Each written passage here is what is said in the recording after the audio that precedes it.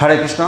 জয় শ্রীকৃষ্ণ চৈতন্য প্রভু নিত্যানন্দ শ্রী অদ্বৈত গদাধর শিবাসাদি গৌর ভক্তবৃন্দ। হরে কৃষ্ণ।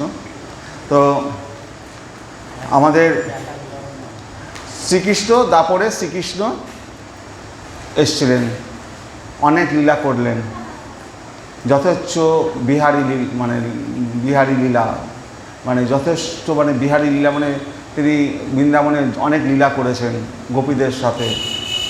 এবং বৃন্দাবনে শ্রীকৃষ্ণ যে সময়কালটা কাটিয়েছেন 14 বছর, মানে কৃষ্ণের বয়স তখন 14 বছর, 13 বছর, 14 বছরের যুবক, মানে কিশোর আকৃতির শ্রীকৃষ্ণ। এই কিশোর শ্রীকৃষ্ণ আমাদের আরাধ্য দেবতা, ব্রজেশ তনয়, যে বয়সে তিনি হাতে বাঁশি নিয়ে আছেন বংশীবাদন, এবং রাধারানীদের সাথে লীলা করেছেন রাসলীলা।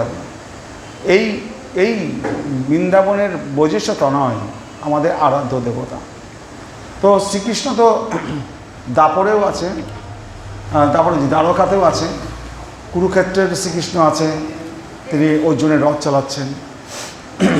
তারপরে গীতাতে তিনি আপনাদের বিশ্বরূপ দর্শন করাচ্ছেন। কিন্তু আমরা যখন পুজো করব, এই ব্রজেশ তনয় দ্বিভুজ মুরলীধারী শ্যামসুন্দর শ্রীকৃষ্ণ, পাশে রাধারানী সহ, তার দুই পাশে চৈতন্য মহাপ্রভু নিত্যানন্দ সহ এই যে মূর্তি আমরা দেখছি, এটা হচ্ছে আমাদের আরাধ্য দেবতা। তাহলে পুজো করার সময় আমরা কুরুক্ষেত্রের শ্রীকৃষ্ণকে পুজো করছি না, আমরা দ্বারকাধীশ শ্রীকৃষ্ণ, যেখানে রুক্মণী সত্যভামা রয়েছেন, মহিষীদের রয়েছেন, সেই শ্রীকৃষ্ণকে আমরা আমাদের আরাধ্য দেবতা হিসেবে পুজো করছি না। আমরা পুজো করছি এই দ্বিভুজ মুরলীধারী শ্যামসুন্দর শ্রীকৃষ্ণ, বৃন্দাবনের ব্রজেশ তনয়। এটা কে আমাদেরকে নির্দেশ দিয়ে গেছে? স্বয়ং চৈতন্য মহাপ্রভু, যে আমরা পুজো করব কাকে? এই দ্বিভুজ মুরলীধারী শ্যামসুন্দর শ্রীকৃষ্ণকে। এবং তার দুই পাশে চৈতন্য মহাপ্রভু আর নিত্যানন্দ প্রভু রয়েছে। এই চৈতন্য মহাপ্রভু আর নিত্যানন্দ প্রভু কেন রাখা হয়েছে? যখন যথেষ্ট বিহারী লীলা, যখন যথেষ্টরূপে বৃন্দাবনে এবং দাপরে তিনি যখন লীলা করে গেলেন, লীলা সমাপ্ত হওয়ার পর তিনি যখন তার এই স্বধাম থেকে তিনি তার গোলক বৃন্দাবনে, তিনি সবসময় আমাদের এখানেই আছেন, তিনি কখনো কোথাও যান না, তিনি বৃন্দাবন থেকে কখনো কোথাও যাননি, বৃন্দাবনে সবসময় আছেন। কিন্তু এই শ্রীকৃষ্ণ তার প্রকট লীলা থেকে অপ্রকট লীলায় যখন প্রবেশ করলেন, প্রকট লীলায় তিনি গোপীদের সাথে প্রেম করছেন প্রকট লীলায়, আর এই অপ্রকট লীলা এখন শ্রীকৃষ্ণকে আমরা সরাসরি প্রকট হিসাবে দেখতে পাচ্ছি না, কিন্তু অপ্রকট লীলায় তিনি এখনও প্রতিদিন রাসলীলা গোপীদের সাথে করছেন। এবার শ্রীকৃষ্ণ দাপরে তো আসলেন, অনেক লীলা করলেন, অনেক অসুরদের হত্যা করলেন, কুরুক্ষেত্রে যুদ্ধ হলো, তারপরে শিশুপাল থেকে শুরু করে কত অসুর রাক্ষসদের বধ করেছেন শ্রীকৃষ্ণ। নরকাসুর বধ করেছেন, জরাসন্ধকে ভীমকে দিয়ে বধ করালেন, কুরুক্ষেত্রে যুদ্ধ হলো। তারপরে বৃন্দাবনে গোপীদের সাথে লীলা করলেন, মা যশোদার কাছে দামোদর লীলায় বদ্ধ হলেন। তারপরে ঘরে ঘরে মাখন চুরি করে খেলেন, বৃন্দাবনে মাঠে মাঠে গোচারণ লীলা করলেন, কত লীলা কৃষ্ণ যথেষ্ট বিহারী লীলা করেছেন। করে তিনি যখন প্রকট লীলা থেকে অপ্রকট লীলায় তিনি অন্তর্ধান হলেন, তখন তিনি দেখতে পেলেন এই এত কিছু লীলা করেছি, কিন্তু আমার লীলাটাকে যে আমি করেছি, কিন্তু সেটা মানুষের কাছে সম্পূর্ণভাবে প্রকাশ করা হয়নি। কারণ দুটো কারণ। একটা হচ্ছে কৃষ্ণ তো রসস্বরূপ, সেই রসস্বরূপ শ্রীকৃষ্ণ থেকে গোপীরা যে রস পায়, শ্রীকৃষ্ণ তো সেই রস পেতে পারে না। তা আমি আগের দিন বলছিলাম বোধহয় যে খেজুর গাছের রস রয়েছে, খেজুর গাছ কি সেই রস আস্বাদন করতে পারে না? মানুষ হিসাবে যদি খেজুর গাছ আবার জন্ম নেয়, সেই রস পেড়ে যদি খায়, তবে খেজুর গাছ বলতে পারবে হ্যাঁ আমার খেজুরের রসটা কীরকম আস্বাদন। তো খেজুর গাছের রস রয়েছে, কিন্তু খেজুর সেই আস্বাদন করে সেই স্বাদটা পাচ্ছে না। তো ভগবান শ্রীকৃষ্ণ স্বয়ং রসস্বরূপ, তার থেকে সমস্ত গোপীরা আস্বাদন করছে সেই রস, এবং তার দ্বারা গোপীরা যে আনন্দ পাচ্ছে, রাধারানী সেই রস একলি, রাধাই সেই রস আস্বাদন করার বিশেষভাবে যোগ্য, আর সমস্ত গোপীরা তার সখীরা রয়েছে। তো এরা যেভাবে কৃষ্ণের রস আস্বাদন করছে, কৃষ্ণ দেখছে আমি তো আমাকে দেখে এরা আমার সাথে প্রেম করছে, এরা এত বেশি আনন্দিত হচ্ছে, এত বেশি উৎফুল্ল হচ্ছে আমাকে পেয়ে, আমার রস পেয়ে, অথচ আমি তো এদের ভাব বুঝতে পারছি না। ওরা কিভাবে আমাকে প্রেম করছে, সেই প্রেমের রসটা ওরা আস্বাদন করছে, আমি তো আস্বাদন করতে পারছি না। তো ভগবানের একটা লোভ জাগলো, যে রস আস্বাদনের লোভ। তো তো ভগবান যে রাধারানী, মানে একটা হচ্ছে রাধারানী আমার যে মাধুর্য, সেই মাধুর্য দ্বারা রাধারানী কীভাবে সেই মাধুর্য পান করে এবং তার দ্বারা সে রস যে পায়, তার দ্বারা সে কীভাবে এত আনন্দিত হয়। একটা শ্লোক আছে, শ্লোকটা হচ্ছে, হরে কৃষ্ণ, শ্লোকটা একবার দেখিয়ে নিই।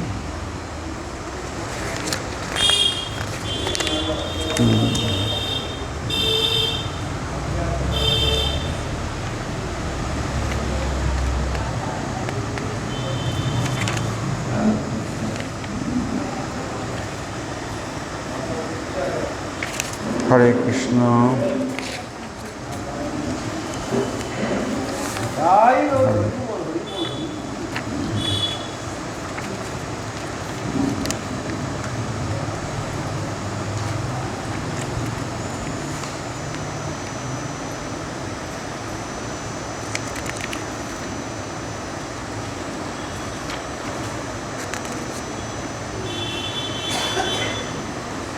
হরে কৃষ্ণ। সবচেয়ে গুরুত্বপূর্ণ শ্লোকটা দেখছি এখানে, দেখতে পাচ্ছি না। হরে কৃষ্ণ। তো যাই হোক, তো এই তিনটে বাঞ্ছা কৃষ্ণের, সেই রসের দ্বারা ভগবান রাধারানী কীভাবে আনন্দিত হয় সেটা জানার জন্য ভগবানের একটা হচ্ছে এই। দ্বিতীয় হচ্ছে যে ভগবান তো বহু বহু অবতার তিনি এসছেন, কিন্তু কোনো অবতারে তিনি তার যে স্বভক্তি শ্রিয়ম, তার যে ভক্তি প্রেম, ভক্তি বা প্রেম, এটা তিনি কোনো অবতারে কাউকে দান করেননি। তো এখন দেখা গেল ভগবান যে আমরা যে ভগবানের যে এই সমস্ত শ্লোকগুলো পড়ছি, ভগবানের পুজো করছি, শ্লোক পড়ছি, পুরোহিতরা পুজো করছে, এই মানে এটাকে হচ্ছে বৈদিক ভক্তি। বৈদিক ভক্তি আর একটা হচ্ছে রাগানুগা ভক্তি। এই বৈদিক ভক্তির দ্বারা আমরা পুজো আর্চা যেটা করছি, বৈদিক ভক্তির দ্বারা, এই বৈদিক ভক্তির দ্বারা আমরা বৈকুণ্ঠে যেতে পারবো। বৈকুণ্ঠ বলতে কি, আমরা আছি 14 ভুবনের মধ্যে। যদি আমরা হরে কৃষ্ণ নাম কীর্তন করি, হরে কৃষ্ণ কৃষ্ণ কৃষ্ণ হরে হরে হরে রাম, তাহলে পরে একসময় এই 14 ভুবন থেকে বেরিয়ে প্রথমে আমাদের মহেশ ধাম, যেখানে শিব রয়েছে, শিবলোক মহেশ ধাম, প্রথমে বিরোজন নদী পার হবো, বিরোজন নদী পার হয়ে মহেশ ধাম, তারপরে আছে বৈকুণ্ঠ, তারপরে অযোধ্যা, তারপরে দ্বারকা, তারপরে মথুরা মণ্ডল, তারপরে গোলক বৃন্দাবন। তো আমরা বৈকুণ্ঠে গেলে পরে কোনো কুণ্ঠা নেই, সেখানে অসুখ বিসুখ হবে না, সেখানে গেলে পরে আমাদের 4টে হাত হয়ে যাবে, বিষ্ণুর মতো দেখতে হয়ে যাব, এবং সেখানে আমরা যা ইচ্ছা সমস্ত সুখ ঐশ্বর্য সমস্ত কিছু ভোগ করতে পারবো, এবং আমাদের পতনের কোনো কারণ নেই, বৈকুণ্ঠ, ব্যাস, কুণ্ঠা নেই। কিন্তু আমাদের আত্মা অবিনশ্বর, আত্মার কখনো মৃত্যু নেই। তাহলে বৈকুণ্ঠে গিয়ে আমরা ভগবানের যে শ্রীকৃষ্ণ যে বৃন্দাবন লীলায় যে গোপীদের সাথে রাসলীলা করেছে, সেই রাসলীলা আস্বাদন পাচ্ছি না। সেখানে বৈকুণ্ঠে নারায়ণ রয়েছে, লক্ষ্মী দেবী নারায়ণের পদসেবা করছে, আমরা খুব সুখেই থাকছি, বেশ ভালোই আছি, যা ইচ্ছা সুখ ঐশ্বর্য ভোগ করছি। কিন্তু গোলক বৃন্দাবনে যেখানে প্রতিদিন রাসলীলা হচ্ছে এবং গোপীদের সাথে শ্রীকৃষ্ণ যে লীলা করছে প্রতিদিন, সেই লীলার অংশগ্রহণ করতে পারছি না, সেই লীলা দর্শনও করতে পারছি না, অংশগ্রহণ করতে পারছি না। তো ভগবান দেখলো যে আমি যে আসলাম, এত বৃন্দাবনে গোপীদের সাথে প্রেম করলাম, লীলা করলাম, কিন্তু এর দ্বারা এই বৈদিক ভক্তি দ্বারা এরা সব বৈকুণ্ঠ পর্যন্ত আসতে পারবে, এই গোলক বৃন্দাবনে আমার রাসলীলাতে এরা অংশগ্রহণ করতে পারবে না। তখন তিনি চিন্তা করলেন যে আমার যে স্বভক্তি শ্রী যে গোলক বৃন্দাবনে আনতে গেলে আমাকে তাহলে আবার আমাকে ভগবান লীলা করার জন্য আবার আসতে হবে।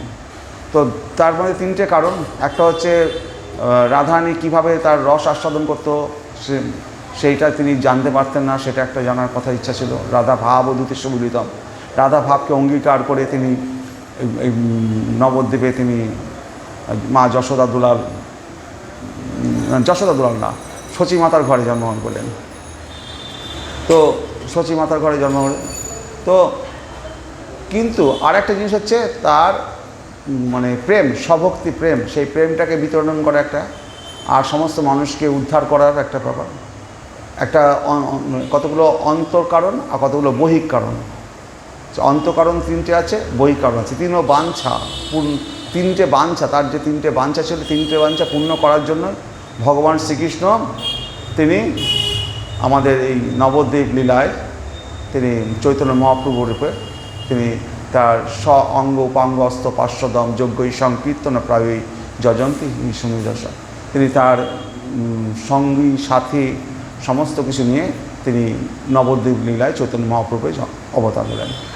তো তার অস্ত্র কী ছিল এই অবতারে? তার অস্ত্র হচ্ছে হরেকৃষ্ণ মহামন্ত্র, সংকীর্তন যজ্ঞই। এই অবতারে তিনি কোনো অস্ত্র নিয়ে আসেননি। যখন রাম অবতারে আসলেন, যখন তিনি মনীষীদের কাছে মনীষীরা নিয়ে গেছিল রাম লক্ষ্মণকে তাদের যজ্ঞে পাহারা দেওয়ার জন্য, তখন দেখছেন এক জায়গায় বিরাট পাহাড়ের স্তূপ, মানে হাড়ের স্তূপ। রাম জিজ্ঞাসা করলেন, এটা কার এত হাড়, কিসের হাড়? তখন মুনিরা বলল, এই সমস্ত মুনি ঋষিরা তারা তপস্যা করতো, রাক্ষসেরা তাদেরকে মেরে এমনভাবে মেরেছে তাদের হাড়ের স্তূপ হয়ে গেছে, পাহাড় হয়ে গেছে। তো তখন মুনি ঋষিরা, যখন রাক্ষসেরা তাদের অত্যাচার করতো, মুনি ঋষিরা কখনোই তার প্রতিবাদ করতো না, কারণ মুনি ঋষিরা জানতো যে এই শরীরটা চলে গেলে আবার একটা শরীর পাবো।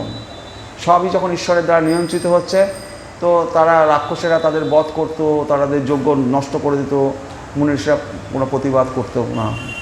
কারণ কি, তারা তো হিংসা করতে পারবে না, রাক্ষসেরা তাদের বধ করছে, মুনি ঋষিরা যদি তার বিপরীতে আবার হিংসা করে তাহলে আবার পাপ হয়ে যাবে। তো মুনি ঋষিরা সেটাকে স্বীকার করে নিত। রাম তখন রেগে গেলেন, তখন অস্ত্র তুললেন যে আমি সমস্ত রাক্ষসকুলকে ধ্বংস করে দেবো, মানে রাম রাবণের যুদ্ধের আগেই। তখন সীতাদেবী বললেন, হে রামচন্দ্র, এই যে অসুরেরা, এরাও তো তোমারই সন্তান, আর পৃথিবীতে যত অসুর আছে সবাই তো আর এই মনীষীদেরকে হত্যা করেনি, তো সুতরাং তুমি অস্ত্র তুলো না। তো অস্ত্র, সেই অবতারে রাম তো ধনুর্ধারী ছিলেন অস্ত্রে, তো ঠিক আছে, তখন মনীষীদেরকে রামচন্দ্র মারলেন না। এবার কৃষ্ণ অবতারে যখন আসলেন, রাধারানী বললেন যে কিন্তু এই অবতারে তুমি অস্ত্র নিয়ে আসবে না। তো বৃন্দাবন লীলায় ভগবান কোনো অস্ত্র ছিল হাতে? হাতে ছিল বাঁশি। বাঁশি থাকলে কি হবে?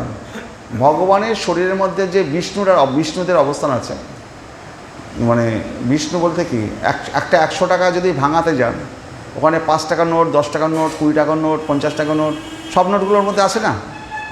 তো ভগবান শ্রীকৃষ্ণর মধ্যে সমস্ত অবতারেরা রয়েছে, তার মধ্যেই বামন অবতার, রামচন্দ্র, লক্ষ্মণ, ভরত, শত্রুঘ্ন, ত্রিশূল, সমস্ত অবতারেরা, সমস্ত বিষ্ণুরা, হ্যাঁ, গর্ভদশায় বিষ্ণু, কারদশায় বিষ্ণু, সমস্ত বিষ্ণু তার কৃষ্ণের মধ্যেই সমস্ত বিষ্ণু। তো বৃন্দাবন লীলায় আমরা কৃষ্ণকে দেখলাম, তিনি পুতনাকে বধ করছেন, তারপরে কত কত রাক্ষসদের বধ করছেন। তো আমরা কৃষ্ণকে দেখছি তিনি বধ করছেন, আসলে বধ করছে কে? বিষ্ণু দ্বারে করেন কৃষ্ণ অসুর সংহার। তো কৃষ্ণকে ওই অসুরদের বধ করতে হয় না, কৃষ্ণের ভিতরে যে বিষ্ণু রয়েছে, সেই বিষ্ণুরা যারা রয়েছে তারাই অসুরদের বধ করে। বিষ্ণু দ্বারে করেন কৃষ্ণ অসুর সংহার। তো বিষ্ণু স্বয়ং শ্রীকৃষ্ণ, তিনি দ্বিভুজ মুরলীধরী শ্যামচন্দ্র শ্রীকৃষ্ণ, তার তো কখনো রাগ দেশ এই সমস্ত কিছু নেই, তিনি সত্যাত্মক। হ্যাঁ, তিনি যদি কাউকে বধও করেন, বুঝতে হবে তিনি তার উপকার করছেন। সুতরাং ভগবানের আমরা যে হিসাবে বধ দেখি, সেই হিসাবে তিনি বধ করেন না, সে মানুষের উদ্ধার করেন, তিনি বধ করেন না। সেই জন্য তার নাম, এক নাম মুকুন্দ। তো রাধারানী বলে দিয়েছে যে তুমি অস্ত্র নিয়ে আসবে না। তো অস্ত্র না আনলে কী হবে? বিষ্ণু দ্বারে করেন কৃষ্ণ অসুর সংহার, তিনি এই বিষ্ণুদের দিয়ে সমস্ত অসুরদের সংহার করতে লাগলেন। বৃন্দাবন লীলাতেও তিনি অস্ত্র ছাড়া বাঁশি বাজাচ্ছেন, কিন্তু সমস্ত অসুররা বধ হয়ে গেল। হাতে না আছে সুদর্শন চক্র, না আছে তীরধনুক। বৃন্দাবন লীলায় কৃষ্ণের হাতে কখনো তীরধনুক ছিল না, অস্ত্র ছিল, কী ছিল? শুধু বাঁশি ছিল। অথচ এত অসুরদের বধ করলেন। হ্যাঁ, কী করে বধ করলেন? তার এই বিষ্ণু দ্বারে করেন কৃষ্ণ। তারপরে শ্রীকৃষ্ণ কুরুক্ষেত্রে আসলেন, তখন তিনি সুদর্শন চক্র দ্বারা কিছু অসুরদের বধ করেছেন। হরে কৃষ্ণ। তো এবার যখন মহাপ্রভু রূপে আসলেন, নবদ্বীপ লীলায়। সেখানে তিনি কোনো অস্ত্র নিয়ে আসলেন না। এখানে তিনি রাধারানী দেখলেন, বললেন যে তুমি অস্ত্র নিয়ে আসবে না, আর তুমি অসুরদের বধ করবে, এবার তোমার ভিতরে আমি থাকব, যাতে তুমি কোনো অসুরদের বধ করতে না পারো। তো যে চৈতন্য মহাপ্রভু যিনি আসলেন, তো রাধা কৃষ্ণের মিলিত রূপ, রাধা কৃষ্ণ প্রণয় বিকৃতি আহ্লাদিনী শক্তি অস্মাৎ এই কাত্তন অপি ভুবি পুরা দেহ ভেদঙ্গত তৌ চৈতন্য আক্ষম প্রকট মধুনা তদ্বয়ম চ ঐক্যম আপ্তম রাধা ভাবদূতি সুবিদিতম নৌমি কৃষ্ণ স্বরূপম। এবং রাধা কৃষ্ণের মিলিত রূপ হচ্ছে চৈতন্য মহাপ্রভু।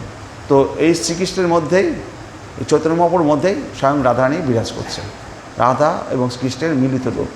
প্রথমে যখন শ্রীকৃষ্ণ উপরে ছিল তখন তিনি এক ছিলেন, তার বামাঙ্গ থেকে যখন প্রেম লীলা করার জন্য তার বামাঙ্গ থেকে রাধারানী প্রকাশ করলেন আহ্লাদিনী শক্তিকে করে, বৃন্দাবনে তিনি রাধা এবং কৃষ্ণ যুগল মূর্তিতে প্রেম করলেন। এক ছিল, দুই ছিল, তারপরে আবার গৌরলীলায় তিনি ওই দুই মিলিত রূপ হচ্ছে স্বয়ং চৈতন্য মহাপ্রভু। ভিতরে রাধারানীর যে অঙ্গকান্তি সেটা তিনি গ্রহণ করেছেন, সেই কারণে তার গায়ের বর্ণ গৌর বর্ণ, রাধার রঙ্গ, রাধা ভাবদূতি সুবিদিত নৌমি কৃষ্ণ স্বরূপম। এইভাবে তিনি এসে তো রাধারানী বললেন যে তোমাকে আমি আর অস্ত্র হাতে নিতে পারবো, তুমি প্রেম প্রেম তুমি বিলাবে।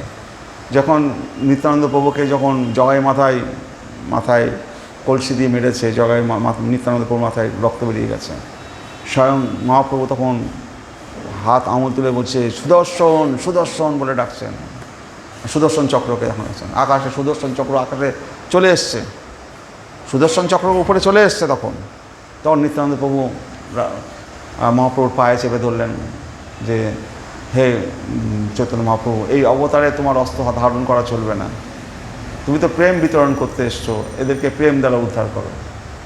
তো এই প্রেম অনর্পিত চরিন চিরাত করুণায় অবতীর্ণ কলৌ সমর্পয়িত উন্নত উজ্জ্বল রসাম স্বভক্তি শ্রিয়ম হরি পুরুট সুন্দর দুতি কদম্ব সন্দীপিত সদা হৃদয় কন্দরে স্ফুরুতু ব শচীনন্দন। অনর্পিত চরিন মানে বহুকাল ধরে যা অর্পিত হয়নি, অনর্পিত অর্পণ করা হয়নি মানুষের কাছে, চরিন চিরাত বহুকাল ধরে করুণায় অবতীর্ণ কলৌ, এই করুণাবশত তিনি এই কলিযুগে অবতীর্ণ হয়েছিলেন। করুণা অবতীর্ণ কলৌ সমর্পয়িতুম সমর্পণ করার জন্য উন্নত উজ্জ্বল রসাম, তার সেই উন্নত উজ্জ্বল রস, রস 5 রকম, শান্ত রস, দর্শরস, সক্ররস, বাৎসরস আর মধুর রস। এই মধুর রস যে গোপীদের যে রস, গোপী ভাবামৃতে যে রস, গোপীরা শ্রীকৃষ্ণকে যে তাদের প্রিয়তম, তাদের নায়ক, তাদের পতি হিসাবে, তাদের প্রেমিক হিসাবে গোপীরা যেভাবে কৃষ্ণের সাথে প্রেম নিবেদন করেছে, সেটা হচ্ছে সবচেয়ে উজ্জ্বল রস, মধুর রস।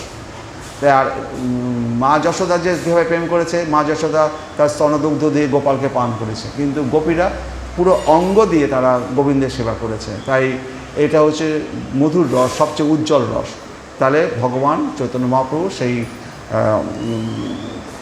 করুণা অবতীর্ণ করে সমর্পয়িতম উন্নত উজ্জ্বল রসাম, সেই উন্নত উজ্জ্বল রস, সেই গোপী প্রেমের উজ্জ্বল উন্নত উজ্জ্বল রস স্বভক্তি শ্রিয়ম, তার নিজের স্বভক্তি শ্রিয়ম, সেই স্বভক্তি হরিপুরট সুন্দর, সেই হরিপুরট সুন্দর, সেই দুটি কদম্ব সন্দীপিত, যার গায়ের বর্ণ কদম ফুলের মতো স্বর্ণবর্ণের, কদম ফুলের দুটি কদম্ব সন্দীপিত সদা হৃদয় কন্দরে, আমাদের হৃদয় কন্দরে, হৃদয়ের মধ্যে স্ফুরতু ব শচীনন্দন, সেই শচীনন্দন চৈতন্য মহাপ্রভু সবসময় যেন স্ফুরিত হতে থাকেন, তিনি যেন আমাদের ভিতরে সবসময় তিনি নৃত্য করতে থাকেন, স্ফুরতু ব শচীনন্দন।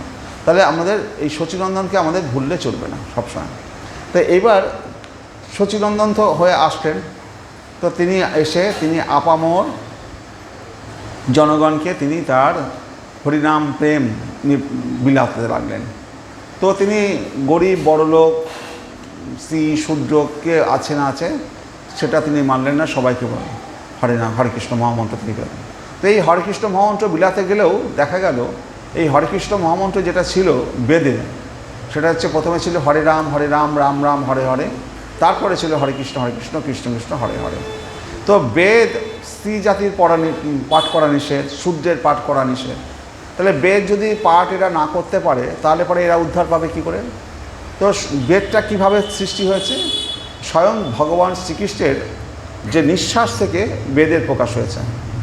তো বেদটার একটা ওয়ার্ড, একটা দাড়ি কমা যদি চেঞ্জ করা যায় তাহলে তার বেদত্ব নষ্ট হয়ে যায়। বেদের একটা শব্দ কখনো নড়ানো যাবে না, সরানো যাবে না, কারণ ভগবানের নিঃশ্বাস থেকেই বেদ প্রকাশ হয়েছে। অপৌরুষীয়, কোনো পুরুষের দ্বারা প্রকাশিত নয়, অপৌরুষীয়। বেদকে ওই জন্য অপৌরুষীয় বলা হয়। সমস্ত পৃথিবী ধ্বংস হয়ে যেতে পারে, কিন্তু বেদ কখনো ধ্বংস হবে না। বেদ না মানিয়া বুদ্ধ হইল নাস্তিক। এই বেদ হচ্ছে আমাদের সনাতন ধর্মের মূল হচ্ছে কাঠামো। এই বেদকে যদি না মানে তাহলে সে ধর্ম নাস্তিক ধর্ম, সে ধর্ম আমাদের গ্রহণযোগ্য নয়।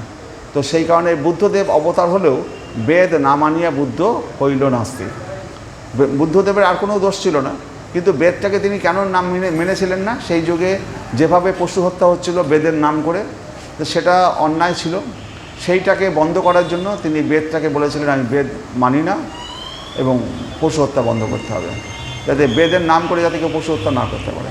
যুগ অনুযায়ী সেই সময়ে তার এটা দরকার ছিল, সেই কারণে বেদ না মানিয়া বুদ্ধ হইল নাস্তিক। তাহলে বেদ হচ্ছে আমাদের আধ্যাত্মিক শাস্ত্রের এমন একটা শাস্ত্র, যে শাস্ত্র আমাদের সমস্ত শাস্ত্রের মূল হচ্ছে জায়গা।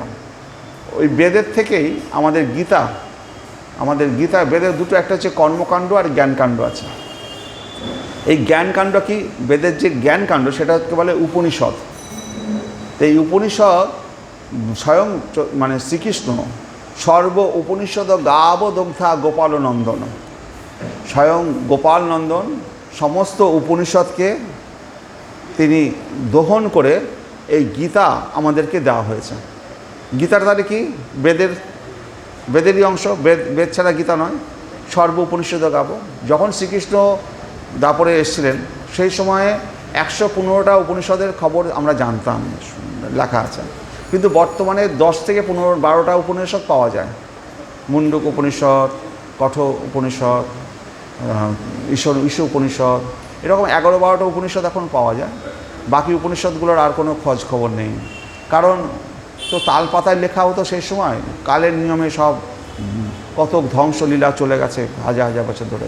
তো সেই সমস্ত উপনিষদের আর খোঁজ খবর নেই। তো এই আমাদের জ্ঞানকাণ্ড হচ্ছে সর্ব উপনিষদ গাবো, যে গীতা তো বেদের। তো আর এই বেদের কোনো অংশ, গীতার একটা শব্দ কেউ এদিক ওদিক করতে পেরেছে আজ পর্যন্ত, যে এই শব্দটা আগে দিলে পরে ভালো হতো, এই শব্দটা পরে দিলে ভালো হতো? কারণ বেদের কোনো শব্দ নড়ানো চড়ানো যাবে না। তো মহাপ্রভু এসে দেখলেন যে এই যে হরে কৃষ্ণ মহামন্ত্র, যেটা মন্ত্রটা রয়েছে হরে রাম রাম রাম হরে হরে, হরে কৃষ্ণ কৃষ্ণ কৃষ্ণ হরে হরে, এই মহামন্ত্রটা মানুষ স্ত্রী জাতি এবং শূদ্ররা তো পাঠ করতে পারবে না, কারণ বেদ তাদের পড়া নিষিদ্ধ। তাহলে বেদ না পড়লে তাহলে কী করে উদ্ধার হবে? তখন চৈতন্য মহাপ্রভু স্বয়ং তিনি শ্রীকৃষ্ণ, তারই নিঃশ্বাস থেকে বেদ প্রকাশিত হয়েছে কোটি কোটি বছর আগে। তো তিনি ইচ্ছা করলে যা খুশি তাই করতে পারেন।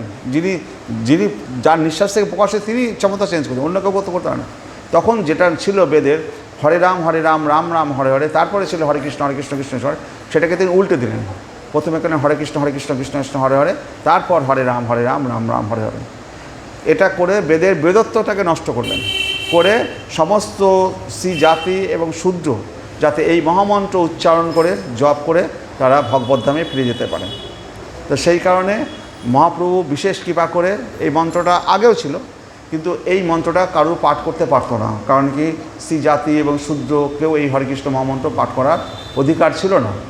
যেমন গায়ত্রী মন্ত্রও বামন ছাড়া গায়ত্রী মন্ত্র পাঠ করা নিষেধ, ওম ভূবস্ব তস্য। তো যাই হোক, তখন মহাপ্রভু এই হরেকৃষ্ণ মহামন্ত্রটা আমাদের দিলেন যে আমাদের উদ্ধার করার জন্য। এবার মহাপ্রভু যখন শ্রীকৃষ্ণ অবতারে যখন আসলেন তখন দেখলেন যে এই যে বৈদিক ভক্তির দ্বারা তো বৈকুণ্ঠ পর্যন্ত যাবে, গোলক বৃন্দাবনে তো আমার কাছে আসতে পারবে না। তখন তিনি ভক্তরূপী ভগবান, এই যে চৈতন্য মহাপ্রভু তিনি ভক্তরূপী ভগবান, ভক্ত সেজে আসলেন। তিনি রাধা ভাবকে অঙ্গীকার করে ভক্তরূপে এসে তিনি ভগবান শ্রীকৃষ্ণকে ডাকছেন, হা কৃষ্ণ করে। মহাপ্রভু অজ্ঞান হয়ে যাচ্ছে, দেখছেন না, হরে কৃষ্ণ কীর্তন করছেন, করছেন। তো তিনি তো স্বয়ং শ্রীকৃষ্ণ, কিন্তু রাধা ভাবকে অঙ্গীকার করে তিনি কৃষ্ণকে ভজনা করছেন। কারণ কৃষ্ণকে ভজনা করে কৃষ্ণের থেকে রাধারানী যে রসটা পায় সেটা তিনি জানতে চাইছেন এবং তিনি তার এই লীলার মাধ্যমে আমাদেরকে কি করে ভগবানকে ভজনা করতে হবে সেইটা শিক্ষা দিচ্ছেন অনেকগুলো। তো সেইভাবে হরে কৃষ্ণ নাম, হরে কৃষ্ণ হরে কৃষ্ণ হরে কৃষ্ণ কৃষ্ণ হরে। তো এই যে ভক্তরূপী ভগবান চৈতন্য মহাপ্রভুর যদি আমরা শরণাগত হই, তাহলে পরে ভগবান কি করেছে, তার প্রেমটাকে কোথায় দিয়েছে? নিত্যানন্দ প্রভুর আন্ডারে দিয়েছে। তো নিত্যানন্দ প্রভুর মাধ্যমে আমরা ব্রজে রাধাকৃষ্ণ পাব। তো এক হচ্ছে মহাপ্রভুকে পেতে গেলে পরে মহাপ্রভুকে শরণাগত হব, আর নিতাই চাঁদের শরণাগত হব। তো এই নিতাই চাঁদের শরণাগত হলে পরে আমরা ব্রজে রাধাকৃষ্ণ পাবো। তো নইলে পরে ব্রজে আমরা রাধাকৃষ্ণ পাবো না। তাহলে ভক্তরূপী ভগবানের শরণাগত হতে হবে। ভক্তরূপী ভগবানের, আমাদের শ্রীকৃষ্ণকে পেতে গেলে পরে ভক্তরূপী ভগবান এই চৈতন্য মহাপ্রভুর শরণাগত হতে হবে, আর নিত্যানন্দ প্রভুর শরণাগত হতে হবে। তবে আমরা গোলক বৃন্দাবনে ভগবানকে বৃন্দাবনে রাধাকৃষ্ণকে পাবো। তো এই রাধাকৃষ্ণকে পেতে গেলে পরে আমাদের এই যে দুপাশে চৈতন্য মহাপ্রভু আর নিত্যানন্দ প্রভু রেখে দিয়েছে, তো এই দুজনকে এই মন্দির যখন প্রতিষ্ঠা হয়েছে, যারা প্রতিষ্ঠা করেছেন, যে সমস্ত পণ্ডিত লোকেরা বা শাস্ত্র বিধান অনুযায়ী করা হয়েছে। তো কেন করা হয়েছে? যে আমরা যাতে বৈকুণ্ঠ নয়, আমরা যাতে সরাসরি গোলক বৃন্দাবনে যেতে পারি। তাহলে আমাদের যে বৈদিক ভক্তি, আমরা যে জপ তপস্যা করে যা কিছু মন্ত্র করছি, যদি চৈতন্য মহাপ্রভু নিত্যানন্দ মহাপ্রভুর কৃপায় আমরা এই বৈদিক ভক্তিটা রাগানুগা ভক্তিতে পরিবর্তিত হয়ে আমরা গোলক বৃন্দাবনে যেতে পারবো। তো আমরা আমাদের এই বৈদিক ভক্তি, আমরা তো এই জপ তপস্যা ছাড়া আমাদের তো কিছু করার নেই। এই জপ তপস্যাই আমরা করব। যেহেতু চৈতন্য মহাপ্রভু নিত্যানন্দ প্রভুর শরণাগত হয়েছি, এই বৈদিক ভক্তিটাই তখন রাগানুগা ভক্তিতে হয়ে পরিবর্তিত হয়ে আমাদেরকে ওই বৈকুণ্ঠতে আমরা আর অবস্থান না করে আমরা গোলক বৃন্দাবনে স্বয়ং ভগবানের রাসলীলায় অংশগ্রহণ করতে পারবো।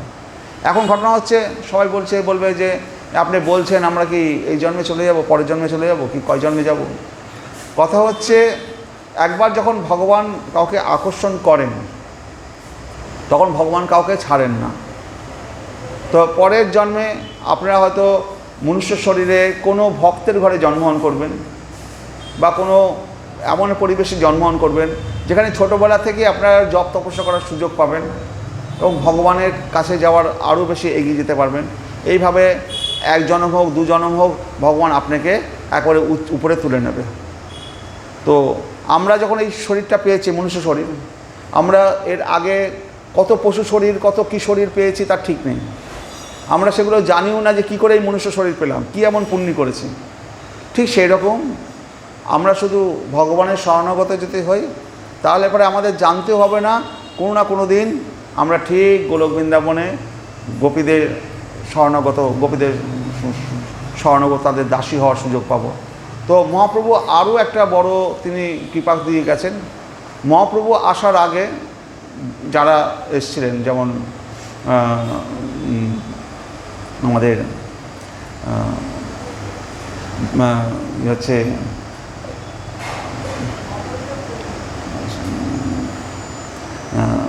যেমন বিল্বমঙ্গল ঠাকুর, মহাপ্রভু আসার 150 বছর আগে এসছেন। তারপরে হচ্ছে যে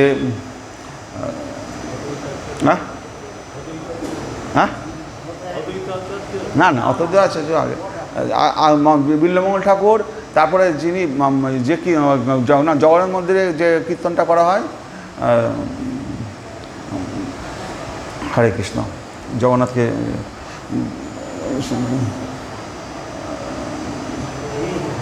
যে হ্যাঁ হরে কৃষ্ণ বাদ না বললে আপনার বলতে হবে না, যিনি বই লিখছিলেন না, করতে করতে চান করতে গেলেন আর ভগবানের সাথে বই লিখে দিলেন, রাধারানীর চরণ, জয়দেব ও মহাপ্রভু আগে এসছেন। এই জয়দেব, বিল্বমঙ্গল ঠাকুর, মহাপ্রভু আগে যারা এসছেন তারা গোপীভাবে ভগবানের সেবা করেছে। গোপী ভাব ছিল তাদের, গোপী ভাব ছিল।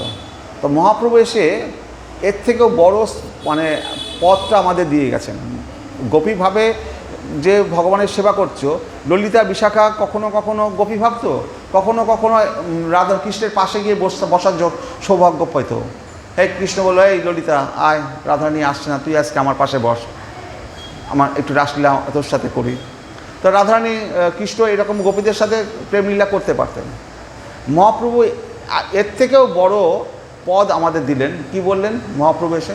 এই গোপীরা যখন কৃষ্ণ এবং রাধা নিকুঞ্জে, মানে যখন যাদের প্রেম হয় সেই নিকুঞ্জে প্রেমে, তো সেখানে গোপীরা প্রবেশ করতে পারে না। মানে প্রায় 8টা কুঠুরি পার হয়ে সে নিকুঞ্জে প্রবেশ করার অধিকার ললিতা, বিশাখা এবং বড় বড় গোপীদেরও নেই। তারা বাইরে অপেক্ষা করেন। যখন তাদের নিকুঞ্জের প্রেমলীলার সঙ্গ হয় তখন তারা দর্শন করার সুযোগ পান, বা যখন তাদের দর্শন করার সুযোগ দেওয়া হয় সেই সমস্ত কুঞ্জের ছোটো ছোটো ছিদ্র থাকে, তারা সেই ছিদ্র দিকে সেই রাধাকৃষ্ণের প্রেমলীলা দর্শন করে তারা কোটি কোটি আনন্দ সুখ উপভোগ করে থাকেন সেই গোপীরা। তো মহাপ্রভু এসে বললেন যে না, ভগবানের সাথে তোমরা মানে গোপীভাবে প্রেম করবে, এটা গোপীভাবে সাধনা করবে, কিন্তু তোমাদের মঞ্জুরি গোপীর সাধনা দেওয়া হবে। যেমন রূপমঞ্জুরি, রূপমঞ্জুরিকে আমাদের রূপ গোস্বামী হচ্ছে রূপমঞ্জুরি। তো এই মঞ্জুরি গোপীরা কারা? মঞ্জুরি গোপীর সাধনা হচ্ছে এটা এরকম যে রাধা রানী মনে যে ভাবগুলো আসবে সেই ভাবগুলো মঞ্জুরি গোপী জানতে পারবে। রাধারানীর মনে যদি কোনো ইচ্ছা জাগলো, কোনো একটা ভাব জাগলো, তাহলে রাধারানীর সাথে তারা মঞ্জুরি গোপীর মধ্যে কোনো পার্থক্য রইল? আমার বাইক আছে। হরে কৃষ্ণ। হ্যাঁ, চাবি নিয়ে যান না।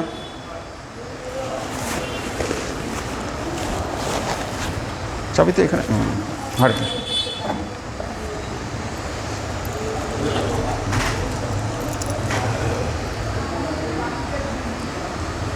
হরে কৃষ্ণ। তো এই মঞ্জুরি গোপীরা, গোপীদের সাথে রাধারানীর তাহলে কীরকম সম্পর্কটা হলো? রাধার মনে যে ভাবগুলো আসবে, যেগুলো আসবে গোপীদের মধ্যেও সেই ভাব আসবে। কৃষ্ণ যদি রাধার গালে যদি একটা চুম্বন করে, সেই চুম্বনের দাগ ওই মঞ্জুরি গোপীদের গালে পড়ে যাবে। কৃষ্ণ যদি রাধারানীর গালে একটা চুম্বন করে, সেই চুম্বনের দাগটা ওই মঞ্জুরি গোপীর গালে দাগটা পড়ে যাবে, যে রাধারানীর সাথে তাদের অভেদ্য হয়ে গেছে। এটা হচ্ছে মঞ্জুরি গোপীর সাধনা। আর এই মঞ্জুরি গোপীর সাধনার কীরকম মহাপ্রভু দিয়ে গেলেন, যে ওই কুঞ্জে বাসর ঘরে, চাবিটা নিয়ে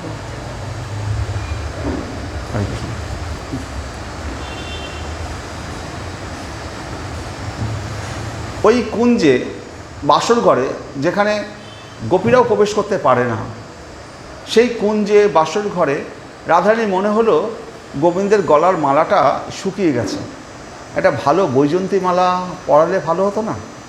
রাধারানীর মনে এটা হয়েছে। সাথে সাথে মঞ্জুরি গোপীরা বুঝতে পারবে রাধারানী এখন ওই একটা ওই রকম বৈজন্তী মালা চাইছে। ওই মালা নিয়ে যেখানে অন্যান্য গোপীরা প্রবেশ করতে পারবে না ওই নিকুঞ্জে, সেখানে মঞ্জুরি গোপীরা মালা নিয়ে চলে যাবে একবারে সরাসরি। রাধারানী বলবে, আরে মঞ্জুরি গোপী, আমার মালা নিয়ে এসছিস, দে তুই মালাটা গোবিন্দকে পরিয়ে দে আজকে।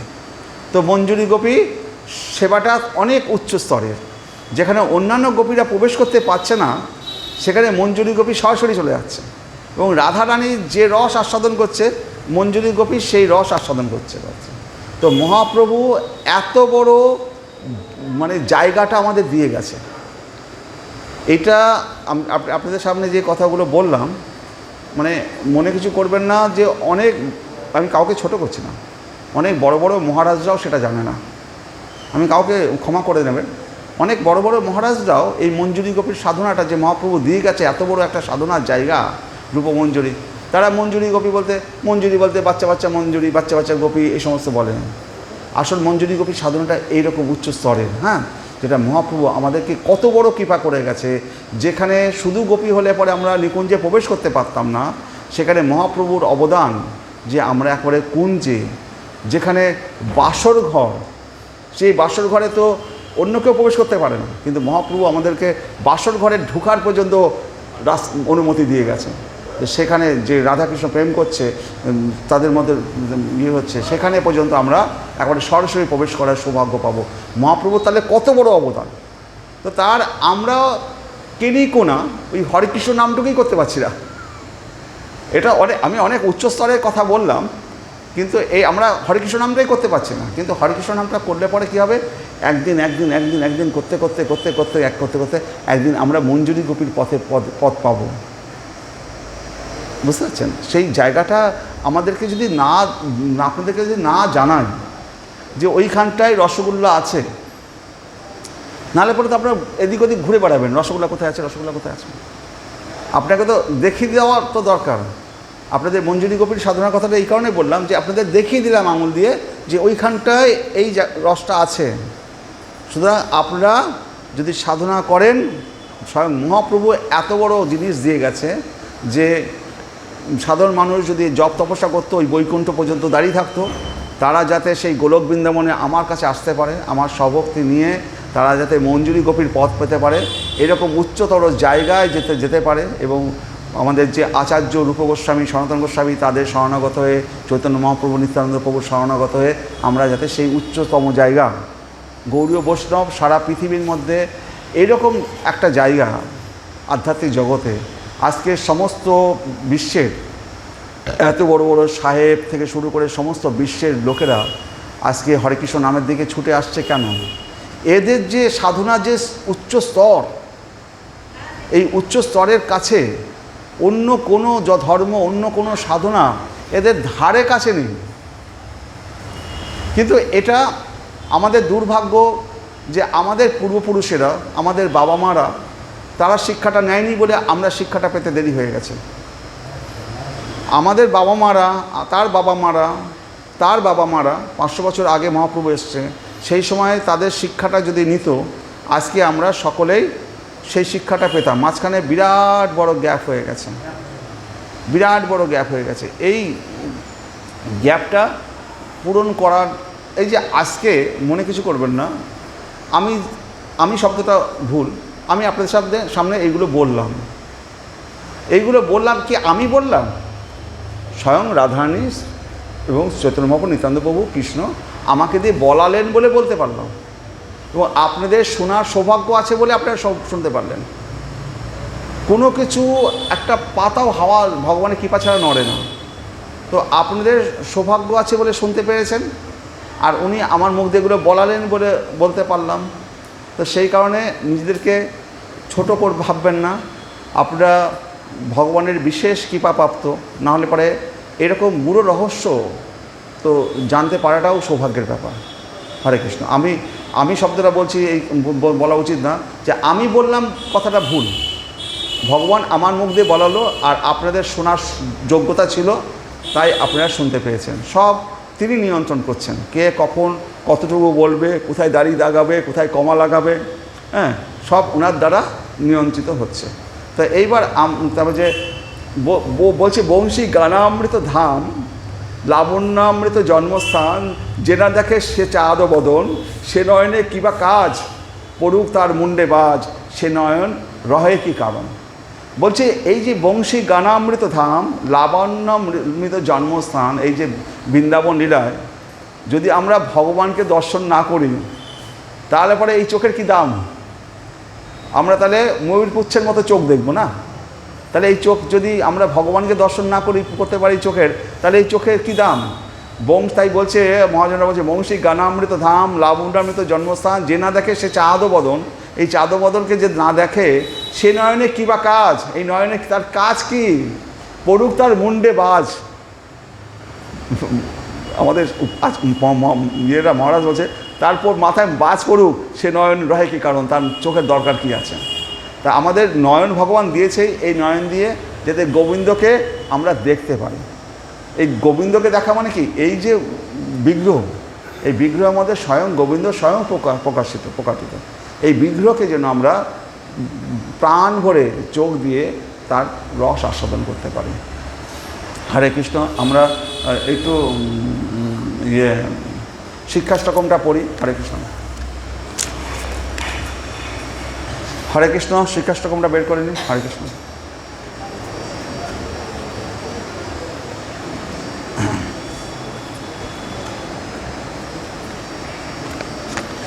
হরে কৃষ্ণ। চেত দর্পণ মার্জনম ভবমহাদাবাগ্নি নির্বাপনম শ্রেয় কৈরব চন্দ্রিকা বিতরণম বিদ্যাবধূ জীবনম আনন্দাম্বুধি বর্ধনম প্রতিপদম পুণ্য অমৃত আস্বাদনম সর্বত্ন স্নপনম পরং বিজয়তে শ্রীকৃষ্ণ সংকীর্তনম। আরেকবার পড়ব। চেত দর্পণ মার্জনম ভব মহাদাবাগ্নি নির্বাপনম শ্রেয় কৈরব চন্দ্রিকা বিতরণম বিদ্যাবধূ জীবনম আনন্দাম্বুধি বর্ধনম প্রতিপদম পুণ্য অমৃত আস্বাদনম সর্বাত্ম স্মরণং পরং বিজয়তে শ্রীকৃষ্ণ সংকীর্তনম। নাম নামকারী বহুধা নিজ সর্বশক্তি শ্রোত্রার পিতা নিয়মিত স্মরণে ন কালো এতাদৃশী তব কৃপা ভগবন মমাপি দুর্দৈব বিদৃশ্য মিহাজনী না অনুরাগ। নাম নামকারী বহুধা নিজ সর্বশক্তি শ্রোত্রার পিতা নিয়মিত স্মরণে ন কালো এতাদৃশী তব কৃপা ভগবন মমাপি দুর্দৈব মিদৃশ্য মিহাজনী না অনুরাগ। তিনাদপি শুনিচেন তরপি সহিষ্ণুনা অমানীনা মানদেন কীর্তনীয় সদা হরি। তিনাদপি শুনিচেন তরপি সহিষ্ণুনা অমানীনা মানদেন কীর্তনীয় সদা হরি। ন ধনং ন জনং ন সুন্দরী কবিতাং বা জগদীশ কাময়ে মম জন্মনি জন্মনীশ্বরে ভবতার ভক্তি অহেতুকিতই। ন ধনং ন জনং ন সুন্দরী কবিতাং বা জগদীশ কাময়ে মম জন্মনি জন্মনীশ্বরে ভবতার ভক্তি অহেতুকিতই।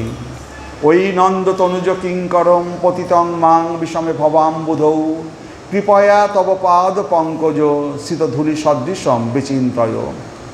ওই নন্দ তনুজ কিঙ্করম পতিতং মাং বিষমে ভবাম্বুধৌ কৃপয়া তব পাদ পঙ্কজ শীতধূলি সদৃশম বিচিন্তয়। নয়নম গলদ অশ্রু ধারয়া বদনম গদগদ রুদ্ধয়া গিরা পুলকই নিচিতম বপু কদা তব নাম গ্রহণে ভবিষ্যতে। নয়নম গলদ অশ্রু ধারয়া বদনম গদগদ রুদ্ধয়া গিরা পুলকই নিচিতম বপু কদা তব নাম গ্রহণে ভবিষ্যতে। যুগায়িতম নিমেষণ চক্ষুষা প্রাবিশায়িতম শূন্যায়িতম জগৎ সর্বম গোবিন্দ বিরহে নমে। যুগায়িতম নিমেষণ চক্ষুষা প্রাবিশায়িতম শূন্যায়িতম জগৎ সর্বম গোবিন্দ বিরহে নমে। আশ্লিষ্ট বা পাদরতম পিনুষ্ট মাম অদর্শনাম মর্মাহতং করত বা যথা তথা বা বিদধাতু লম্পট মত প্রাণ নাতস্থ স এব না পর। আশ্লিষ্ট বা পাদরতাম পিনষ্ট মাম অদর্শনাম মর্মাহতম করত বা যথা তথা বা বিদধাতু লম্পট মত প্রাণ নাথস্থ স এব না পর। তো লাস্টের দুটো শ্লোকের মধ্যে কি বলছে? যুগায়িতম নিমেষণ চক্ষুষা প্রাবিশায়িতম শূন্যায়িতম জগৎ সর্বম গোবিন্দ বিরহে। তো গোপীদের কথা হচ্ছে একটাই, যদি গোপীরা এক মুহূর্ত কাল যদি কৃষ্ণ দর্শন না করতে পারে তাদের মনে হয় একটা যুগ আমরা কৃষ্ণকে দর্শন করি। তো আমরা গোপী ভাবটা তখনই পাবো, কৃষ্ণকে না দেখে এক মুহূর্ত আমরা থাকতে পারবো না। এইটা হচ্ছে গোপী ভাব। গোপীরা সবসময় কৃষ্ণকে দর্শন করার জন্য লালায়িত। এক মুহূর্ত দর্শন না করছে মানে মনে হচ্ছে যে একটা যুগ আমি কৃষ্ণকে দর্শন করিনি। গোপীরা যখন রান্না করছে তারা কান পেতে আছে বৃন্দাবনের মাঠের দিকে, ওখানে কৃষ্ণের বংশীধ্বনি শোনা যাচ্ছে কিনা। সেই বংশীধ্বনি শোনার জন্য কানটা বৃন্দাবনের মাঠে পড়ে রয়েছে এবং সে রান্না করতে গিয়ে উল্টোপাল্টা রান্না করে ফেলছে। লবণের জায়গায় চিনি দিচ্ছে, চিনির জায়গায় লবণ দিচ্ছে। এবং গোপীরা তখন বলছে, কানু আমাদের মাথার চিন্তা থেকে একটু দূরে সরে যাও, আমাদের একটু রান্নাবান্না করতে দে, ঘর সংসার তো আমাদের আছে। যেখানে মুনি ঋষিরা গোবিন্দকে স্মরণ করার জন্য রাত দিন তপস্যা করছে, গোবিন্দর ধ্যানে তারা মগ্ন থাকছে, সেখানে গোপীরা কী করছে? তারা গোবিন্দকে বলছে যে কিছুক্ষণ আমাদের মন থেকে একটু দূরে যা, একটু রান্নাবান্নাটা করতে দে। তাদের মনে সবসময় কৃষ্ণর কথা, কারণ বৃন্দাবনে কৃষ্ণ তো খালি পায়ে যায়, পাড়তলায় কাকড় মাটির ঢেলা পড়বে, গোবিন্দের পা একেবারে নরম তুলতুলে।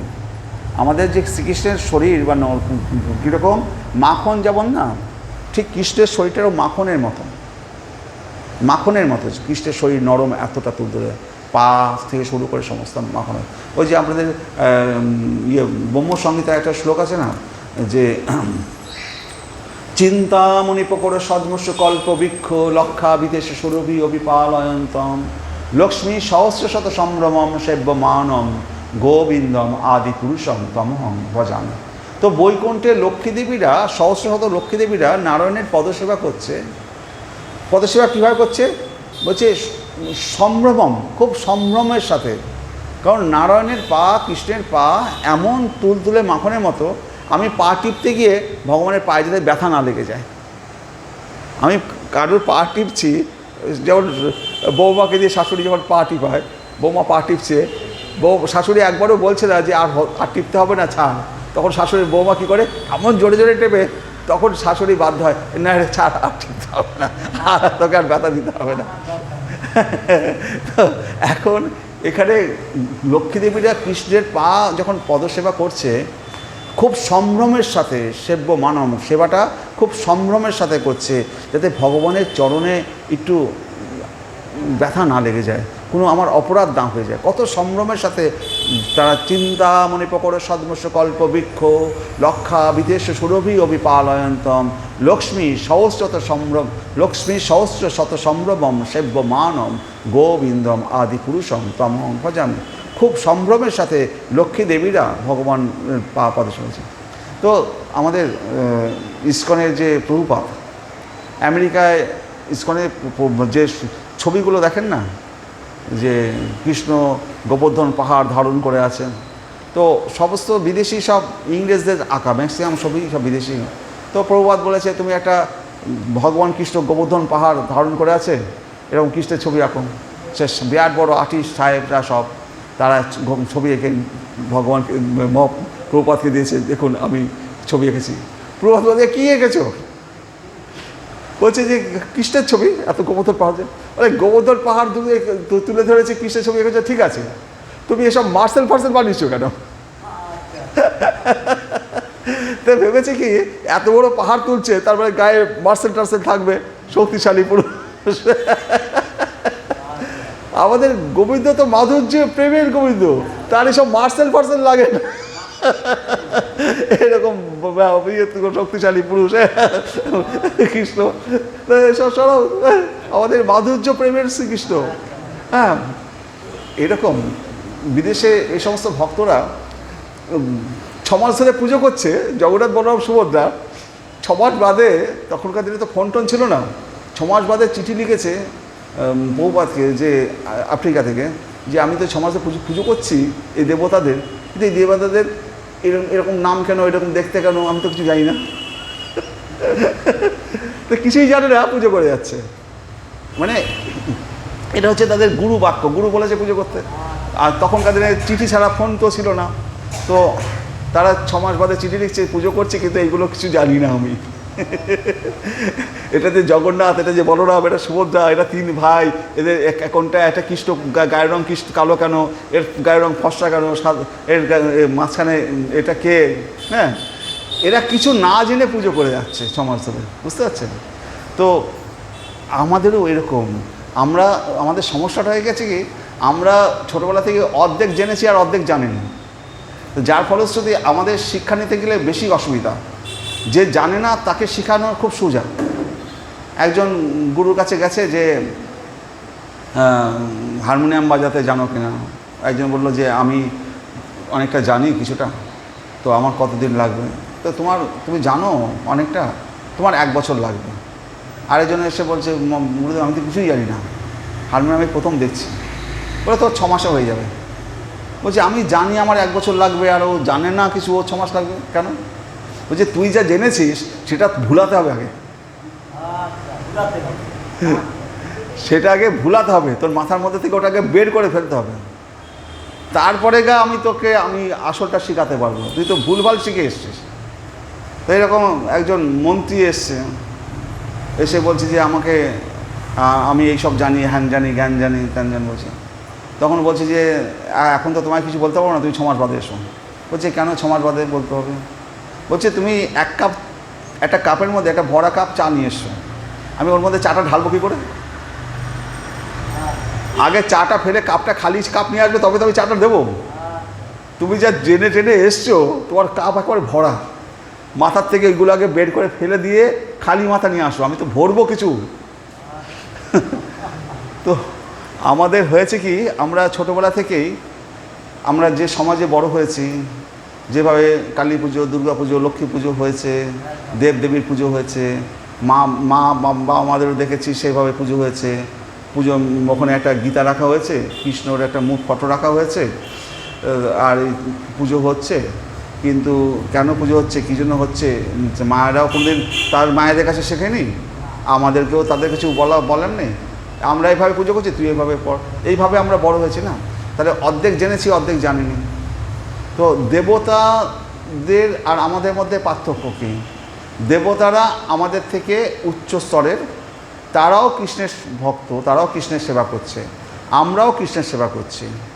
তো আমরা যে দেবতাদেরকে রাখা হয়েছে, যেমন জলের ডিপার্টমেন্ট বরুণদের, ঠিক সেরকম এক একটা ডিপার্টমেন্ট, মা লক্ষ্মীকে ধন দৌলতের ডিপার্টমেন্ট, জ্ঞানের দেবতা সরস্বতী, এই সমস্ত দেবতাদের রাখা হয়েছে আমাদের জীবনযাত্রা করার জন্য। যে যে ধন দৌলত ঐশ্বর্য দরকার, সেইগুলো পাওয়ার জন্য দেবতারা। তো আসল যে জিনিসটা, এই ধন দৌলত ঐশ্বর্য নিয়ে কী করব? আমরা যদি কৃষ্ণের শরণাগত হই, দেবতারাও কৃষ্ণের ভক্ত, আমরা যদি কৃষ্ণের শরণাগত হই, তাহলে সমস্ত দেবতাদের তুষ্ট করা হয়ে যায়। তো গাছের গোড়ায় যদি জল দিই, গাছের পাতায় একটা পাতা করে জল দেওয়ার দরকার আছে? এটা মা লক্ষ্মী আছে, এখানে পাতায় জল দিলাম, এটা মা সরস্বতী আছে, এখানে এক পাতায় একটু জল দিলাম। তো এরকমভাবে জল দেওয়ার কোনো দরকার নেই। যদি আমি গোড়ায় জল দিই, সমস্ত দেবতারা সন্তুষ্ট হয়ে যাবে। তো আমাদের কৃষ্ণের যদি শরণাগত হই, তাহলে ধন দৌলত ঐশ্বর্য জ্ঞান বুদ্ধি যা আছে, সমস্ত ঐশ্বর্য সব কিছুই আমরা প্রাপ্ত হতে পারি। কিন্তু এই শিক্ষাটা আমরা ছোটোবেলা থেকে তো পাইনি। আমরা মানে দুর্গা পুজো হলে কী সব, এখন এমন সব মাইকে বাজনা হয়েছে, আপনি হার্ট কাঁপবে, হ্যাঁ, এত জোরে তার আওয়াজ। হ্যাঁ, তো এই সমস্ত আওয়াজে, এই সমস্ত ভুল পথে আমরা আস্তে আস্তে বড় হয়েছি। তো আমাদের আসল হচ্ছে এই ধন দৌলত ঐশ্বর্য জীবনযাপনের জন্য যা দরকার, ভগবান কৃষ্ণ তো সবই দেবে। দুই হচ্ছে, এই ধন দৌলত ঐশ্বর্য কিছু তো আমরা নিয়ে যেতে পারবো না। সুতরাং এই ধন দৌলত ঐশ্বর্যের পিছনে ছুটে, যত ধন দৌলত ঐশ্বর্যের দিকে ছুটবো, তাহলে আমরা কৃষ্ণ থেকে দূরে সরে যাব। আপনি যদি ভগবান কৃষ্ণকে ছেড়ে যদি আপনি বস্তুর দিকে ধাবিত হন, তো মা যশোদা একদিন কী হয়েছে, গোপাল শুয়ে আছে আর গোপাল বাড়ি বাড়ি মাখন চুরি করে খায়। তো মাখন চুরি করে খায়, মা যশোদা দেখলো যে আমার ঘরে 9 লক্ষ গরু, এত দই মাখন ঘি এসব ছেড়ে গোপাল কেন পাড়ায় পাড়ায় গিয়ে মাখন চুরি করে খায়? নিশ্চয়ই আমার দাসীরা যে মাখন বানায়, সেটা হয়তো ভালো করে বানায় না। সেই জন্য গোপালের ঘরের মাখনের প্রতি লোভ নেই, পাড়ায় পাড়ায় গিয়ে এর বাড়ি ওর বাড়ি মাখন চুরি করে খায়। আর যদি আমি নিজে হাতে মাখন একবার বানাই, গোপালকে খাওয়াই, আমি তো বানালে মা ভালো করে বানাবো, সেটা খেয়েও পরে যদি গোপাল চুরি করতে যায়, তাহলে রাজার ছেলে, তাহলে ও স্বভাব চুরি করা হয়ে গেছে, ও স্বভাব চুরি করা। আর আমারটা খেয়েও যদি চুরি করতে যায়, বুঝবো স্বভাব চুরি কর, ওর স্বভাবটা নষ্ট হয়ে গেছে, স্বভাবটাই চুরি করা। আর যদি চুরি করতে না যায়, তাহলে বুঝবো যে গোপাল আজকে আমার মাখনটা ভালোবাসেছে। তো মা ঠিক করেছে আজকে ভোরবেলা আমি মাখন বানাবো। সমস্ত কাজের লোকদের ছুটি করে দিয়েছে মা যশোদা। সকালবেলায় যখন উঠতে যাবে, গোপাল মায়ের আঁচলটা জড়িয়ে ধরে সে ঘুমাচ্ছে। গোপালের চোখের দিকে তাকিয়ে দেখছে যে ঘুমটা গাঢ় না পাতলা। আস্তে আস্তে কাপড়টা টেনেছে, গোপাল নড়ে উঠেছে। মা আবার একটু হাত দিয়ে শুয়ে একটু ঘুরেছে। গোপালের মনে হচ্ছে ঘুমটা গাঢ় হয়েছে, চোখটা মনে হচ্ছে মানে নীল পদ্ম ফুটি ফুটি ভাব, কিন্তু ফুটছে না, এরকম একটা অবস্থা। তো গোপালকে ঘুম পাড়িয়ে দিয়ে মা যশোদা মাখন তুলতে গেছে। তো মাখন তুলছে, এবার গোপালের ঘুম ভেঙে গেছে, দেখছে মা নেই পাশে। মা নেই পানে রাগ হয়ে গেছে যে আমি শুয়ে আছি, মা চলে গেল আমাকে না ডেকে। এবার ঘুম চোখ করতে করতে বাইরে এসছে, এসে দেখে মা ওরকম মাখন করছে। গোপাল গিয়ে সরাসরি মায়ের কোলের পর ঝাপড়ে কোলের মধ্যে গিয়ে বসলো। কোলের মধ্যে বসেছে মা ওই অবস্থায় মাখন চালাচ্ছে। গোপাল দেখলো তো মা তো মাখন চালাচ্ছে, আমার তো দুধ খাওয়া দরকার। গোপাল কী করেছে, মাখনের ওই যে দণ্ডটা হাত দিয়ে চেপে ধরেছে। যাতে মা ঘোরাতে না পারে। তো গোপাল মা তখন হাসছে, বলছে তোর বুদ্ধি হয়েছে দেখছি তো। মানে বাচ্চা ছেলে মাখনের দণ্ডটা ধরেছে, মানে বুঝতে হবে যে ওর বুদ্ধি হয়েছে মাখনের দণ্ড, যে মাখন মা না করে আমাকে যেন দুধ খাওয়ায়, তার মানে ওর বুদ্ধি হয়েছে। মা হাসছে, হ্যাঁ তোর ভালো বুদ্ধি হয়েছে তোর। মা এবার তাকে দুধ খাওয়াচ্ছে। মা যশোদা যখন গোপালকে দুধ খাওয়াচ্ছে, আমরা যখন গীতায় যখন আমাদের অর্জুনকে বিশ্বরূপ দর্শন করা অর্জুন দেখছে যে কৃষ্ণের কোটি কোটি লক্ষ লক্ষ তার মাথা, লক্ষ লক্ষ তার উদর পেট, এই শ্রীকৃষ্ণের এরকম বিশ্বরূপ। অর্জুন লাস্টে ভয় পেয়ে বলছে তুমি তোমার স্বরূপে ফিরে আসো। তো মায়ের যশোদা যে দুধকে গোপালকে খাওয়াচ্ছে, সে মায়ের যশোদার যে স্তনদুগ্ধ, সে কোটি কোটি গ্যালন গ্যালন দুধ। মার স্তনে যে দুধ, যশোদার যে দুধ, সে দুধ সামান্য অল্প দুধ নয়। সেই দুধ যখন, কারণ কি গোপালের পেটটা তো ছোটো নয়, অত ব্রহ্মাণ্ডের অত অত পেট, আর সেই ভগবানের পেটের মধ্যে আমরা আছি, সমস্ত জীব, সমস্ত অখিল ব্রহ্মাণ্ডের সমস্ত জীবরা বাস করছে। সেই গোপাল যখন দুধ খাচ্ছে, দুধের ইয়েটা গড়িয়ে পড়ছে, ফেনা হয়ে গড়িয়ে পড়ে না দুধ। তো আপনারা দেখেন বাছুর যখন দুধ খায়, বাছুরের মুখ দিয়ে পাশে ফেনা হয়ে দুধ গড়িয়ে পড়ে। তো সুখদেব গোস্বামী রাজা পরীক্ষিত বলছে, মহারাজ পরীক্ষিত দেখতে পাচ্ছেন? বলে কী দেখতে পাবো? ওই যে গোপাল দুধ খাচ্ছে না, মুখ দিয়ে ফেনা মতো দুধ গড়িয়ে পড়ছে। মানে সুখদেব গোস্বামী যখন বর্ণনা করছে, যেটা এমন বর্ণনা করছে যারা শুনছে তারা সেই লীলাটা চোখের সামনে দেখতে পাচ্ছে, যে বর্ণনা করছে, এবং যারা শুনছে তারাও সেই লীলাটা চোখের সামনে তাদের যেমন ক্যামেরা স্ক্রিনের মতো ফুটে উঠছে। তো সুখদেব গোস্বামী বলছে, মহারাজ পরীক্ষিত দেখতে পাচ্ছেন কৃষ্ণের মুখ দিয়ে দুধের ফেনা? মহারাজ পরীক্ষিত বলছে যে এটা তো কমন ব্যাপার, আমরাও দেখেছি, বাছুর যখন দুধ খায় তার মুখ দিয়ে ফেনা গড়িয়ে পড়ে, এই নতুন কী আছে? বলছে না সেই কথা নয়। ওই যে শ্রীকৃষ্ণ দুধ খাচ্ছে না, অনন্ত কোটি ব্রহ্মাণ্ড তার পেটের মধ্যে, তারা সকলে পুষ্ট হয়েছে, সকলের পেট ভরে গেছে, তারপরে গোপালের মুখ দিয়ে দুধ পড়ে যাচ্ছে। মানে অনন্ত কোটি ব্রহ্মাণ্ডকে মা যশোদা দুধ খাওয়াচ্ছে, শুধু গোপালকে খাওয়াচ্ছে না, গোপালের পেটের মধ্যে অনন্ত কোটি আমাদের ব্রহ্মাণ্ডের জীব রয়েছে, তারা পর্যন্ত তাদের পেট ভরে গেছে, তারা পর্যন্ত পুষ্ট হয়ে গেছে। তাই বলছে। এবার মা যশোদা এবার দুধ খাওয়াচ্ছে, দূরে একটা বড় কড়াইতে দুধ জাল দেওয়া হয়েছে, এবং গোপাল আর কৃষ্ণ এবং বলরামের জন্য 8-9টা মানে বিশেষ গরু ছিল, যে গরুর দুধটা হচ্ছে পদ্মগন্ধযুক্ত। 8-10টা বিশেষ গরু ছিল, সেই গরুগুলোর দুধটা হচ্ছে পদ্মগন্ধযুক্ত। সেই গরুর দুধটাই গোপালকে আর বলরামকে খাওয়ানো হতো। সেই দুধটা কড়াইতে জাল দেওয়া হচ্ছে। ওই দুধটা দেখছে যে আজকে গোপাল তো মা যশোদার দুধ খেয়ে নিল, আমাদেরকে যদি না খায় তাহলে আমাদের জীবনটা বৃথা, তাহলে জীবন রেখে লাভ কী? দুধ এবার উতলে পড়া শুরু করেছে।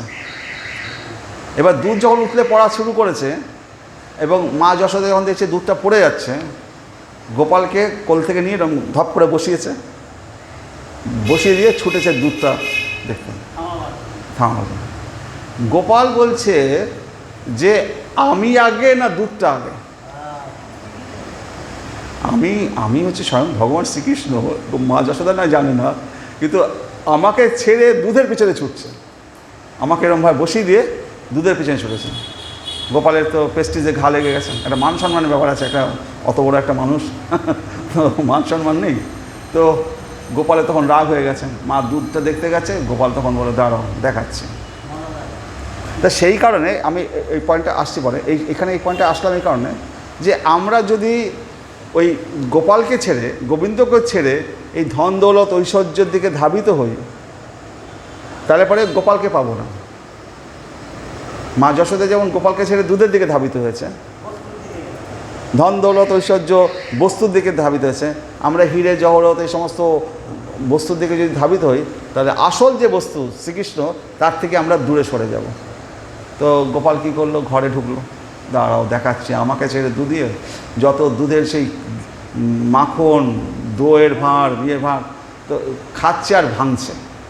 একটা একটু মুখে দিল, ফেলে দিল, দাম দাম করে সব পুরো ঘর দই মাখনে ছড়াছড়ি হয়ে গেছে, মানে রাগ হয়ে গেছে না। আর গোপাল যখন ওই দইয়ের উপর দিয়ে হাঁটছে, পায়ে তো দইয়ের ছাপ পড়ে যাচ্ছে। তো মা যশোদা দেখছি যে গোপাল নেই, কোথায় গেল, ঘরে ঢুকেছে। ঘরে ঢুকে দেখছি যে ছোটো ছোটো পায়ের ছাপ পড়ে গেছে। গোপাল এই পথ দিয়েই গেছে, এই ঘর থেকে ওই ঘর, ওই ঘর থেকে ওই ঘর গেছে। গোপাল কী করেছে, ওরকমভাবে ভেঙেছে নিয়ে এক ভাঁড় মাখন নিয়ে বাইরে এসে হনুমানদের বানরদের ডেকেছে, আয় রামলীলা তোরা অনেক সেতু বন্ধনে অনেক কাজ করেছিস, অনেক পাথর টাথর টেনেছিস, তখন তো খাওয়াতে পারিনি, এনে মাখন খা।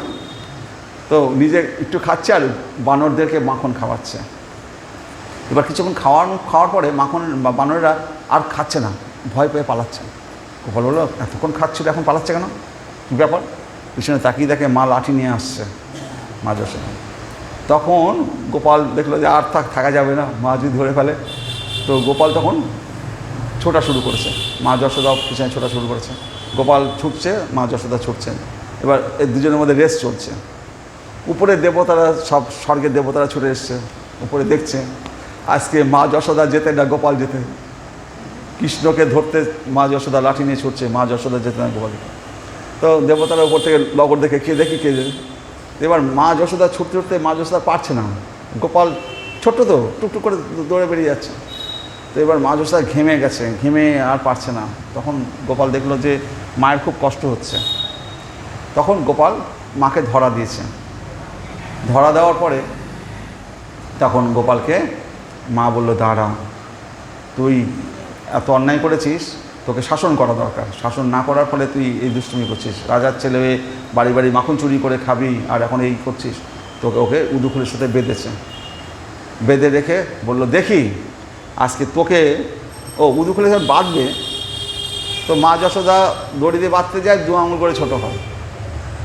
মা যশোদা গোপীতে বলে, দড়ি নিয়ে আয়, দড়ি নিয়ে আয়। যত দড়ি নিয়ে আসে 2 আঙুল করে ছোটো হয়, 2 আঙুল করে ছোটো হয়। হ্যাঁ, যত দড়ি ওর পেটকে আর পুরো বাঁধতে পারে না, কারণ অনন্ত ব্রহ্মাণ্ড, আর উপরে মুনি ঋষিরা সবাই দেখছে। আজকে মা যশোদা এই গোপী, এই যশোদা গোপী যেতে না কৃষ্ণ যেতে। আর এই সমস্ত ব্রহ্মাণ্ডের যত মুনি ঋষিরা আছে তারাও দেখছে যে আমরা তো কোনোদিনই ভগবানকে বাঁধতে পারবো না, মা যশোদা কী করে বাঁধে তাই দেখব। তো এখন IPL ক্রিকেট খেলার মতো চলছে, সমস্ত স্বর্গের দেবতারা উপরে সব বসে দেখছে যে কে যেতে। এবার মা যশোদা সমস্ত বৃন্দাবনে যত দড়ি আছে সব নিয়ে আসছে, যতবার বাচ্চা ছুটে যায়, কই বাঁধতে বাঁধতে বাঁধতে বাঁধতে বিকাল হয়ে গেছে। মা যশোদা ঘাম ছুটে গেছে, আর পারছে না। তখন ভগবান দেখলো এবার ধরা দিই, মায়ের কষ্ট হচ্ছে। তো গোপাল এবার ধরা দিল, মা বেঁধে ফেলল। বেঁধার পরে তখন উপরে দেবতারা সব উলুধ্বনি দিচ্ছে, আমাদের যশোদা গোপী জিতে গেছে। 2 পক্ষে লড়াই হচ্ছিল, এখন যশোদা গোপী জিতে গেছে। হ্যাঁ, তো যশোদা গোপী জিতা মানে কি, আমাদের জিতা। ভগবানের সাথে ভক্তের মধ্যে লড়াই চলছে।